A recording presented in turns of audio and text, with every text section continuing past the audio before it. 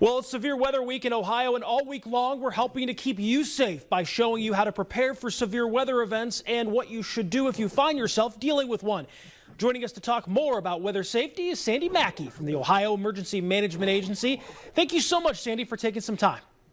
Absolutely happy to be here. So we're going to talk all things severe weather. We're going to talk a little bit, though, about statistics from last year, specifically about tornadoes. The state of Ohio coming off a record year for tornadoes in 2024. 82 tornadoes were reported, and actually 9 of the 12 months of last year. 7 of them stronger than an EF2. Just goes to show you that severe weather, and specifically tornadoes, can happen at any point. The state of Ohio is doing its statewide drill tomorrow, for a tornado drill, rather. What do people need to know for that specifically? And what should you do in the case that you maybe get that alert on your phone for a tornado warning? Right. So first of all, it's important to know what the terminology means. So if there's a watch, we know that means be prepared. Severe weather is possibly going to happen in your area. But if you get that warning, that means take action. Seek shelter immediately. Severe weather, possibly a tornado, could be headed in your direction. So you want to make sure that you're practicing those emergency plans and that you know where to shelter and that your family knows where to shelter, because we're not always together when severe weather strikes.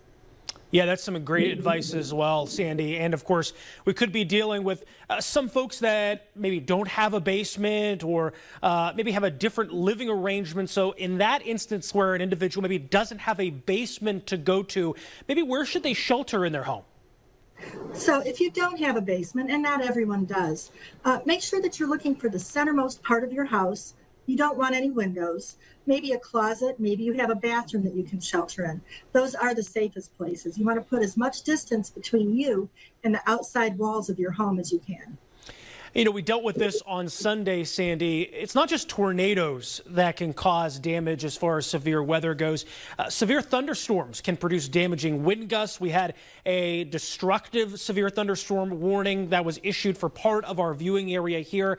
So anytime we deal with either a strong thunderstorm or a tornado, and maybe we're not in our home, what are some tips that we can do at that point? And maybe how do we communicate those warnings to family members?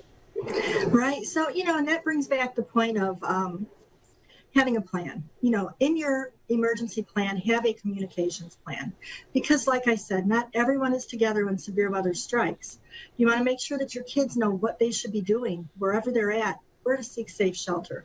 What is safe shelter? They need to understand where they should go. How do you contact everyone afterwards? Do you need to write down the numbers in case your cell phone dies? So having contact information for all the right people is really important. As Ohioans, we know that severe weather can happen anytime, any place. So we want to make sure that we're prepared and that we're preparing the folks in our household too. Yeah, absolutely. You get that alert on your phone, or maybe you hear a siren, you immediately panic. So it's good to have a plan so you're not panicking. You know what to do in what order. But let's say a severe weather event rolled through our area, maybe impacted us or our property. After that event is already finished, what do we do if we've sustained any property damage?